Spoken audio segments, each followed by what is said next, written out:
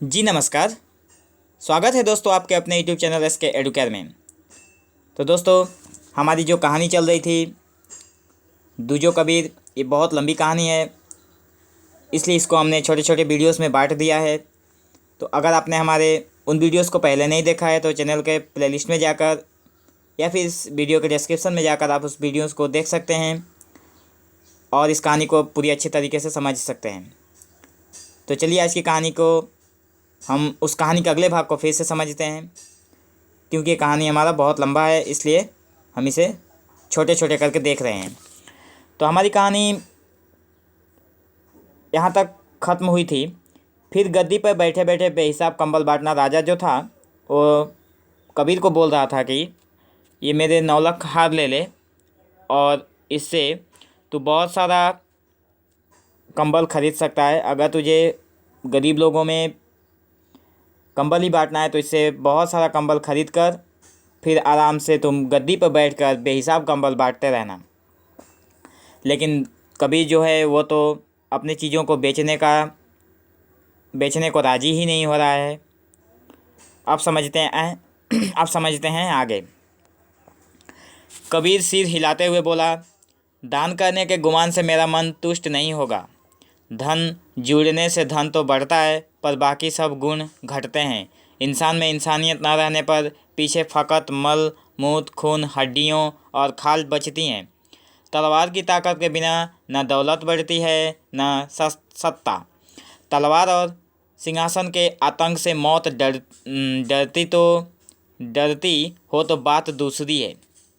राजमद की धुंध के कारण राजा को कुछ सूझता ही नहीं था।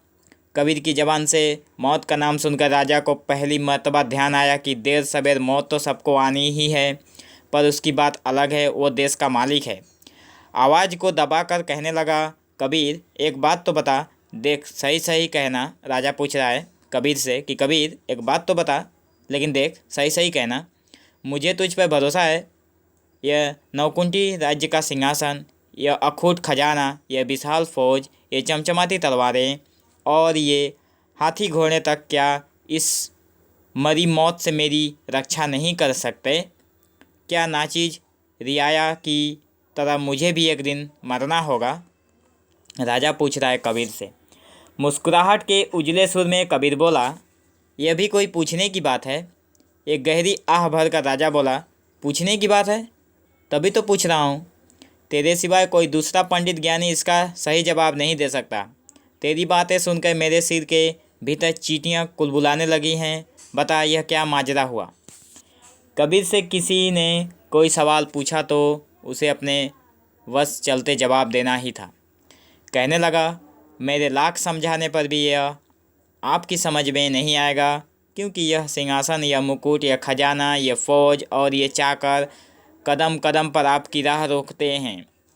आपकी आंखों पर राजमद का जाला छाया हुआ है। इस खातिर न तो आप सत्य का परस कर सकते हैं और न दर्शन। लगता है कि आज ज़िंदगी में पहली दफ़ा सत्य के जगमगाते सूरज की झलक देखने के लिए आपके कलेजे में हुक उठी है। यह चींटियों की हलचल शायद उसी की है।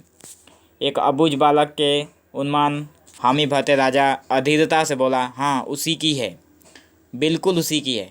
पर मेरे मन की तूने कैसी जानी? कबीर कहता है, राजा की आंखों में नज़र गड़ाकर कबीर बोला, अभी आपका मन गंदला नहीं हुआ है, मुझे उसके आर पार दिख रहा है। तू कहता है तो दिखता ही होगा। राजा बोल रहा है, अगर तू कहता है तो दिखता ही होगा, पर मैं तो राजा आज अजीब उलझन में फंस गया हूँ। राजा बोल रहा है, मैं तो अजीब उलझन में फंस गया हूँ। क्या तेरा यह साँच हुकूमत के दबदबे से भी बड़ा है? आज से पहले किसी ने कबीर से ऐसे गुण सवाल नहीं पूछे थे, तब भी उनका जवाब देने में उसे कोई अड़चन नहीं हुई। अदेर बोला, कहाँ बेचारी हुकूमत की चिंगारी और कहाँ साँच का तपता सूरज? कबीर बोला है कि ये जो आपकी हुकूमत है ये तो चिंगारी है, लेकिन जो सच्चाई है वो तो एक तपता सूरज है, सूरज के समान तेज है। पर राज्य की तरह इस साँच का कोई राजा नहीं होता।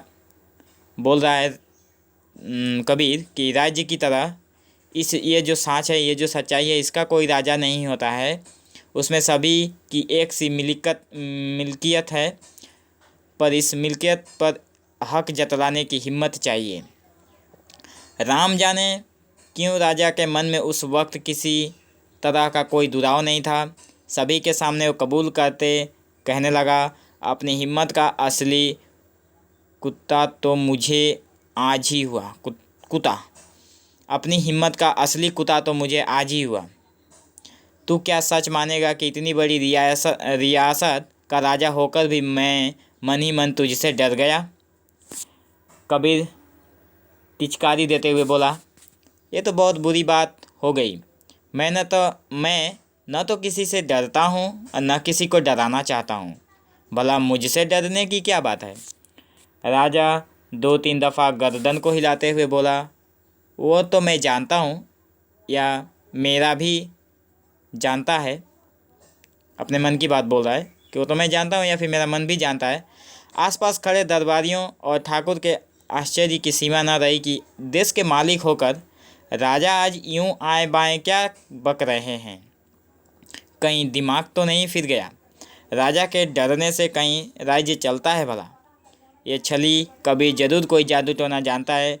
इससे तो किनारा करना ही बेहतर है। ठाकुर ने दोहरे होकर अर्ज किया, अन्नदाता। ठाकुर भी था सामने। वो राजा से बोल रहा है कि अन्नदाता, थाल अरोगने के लिए देर हो रही है।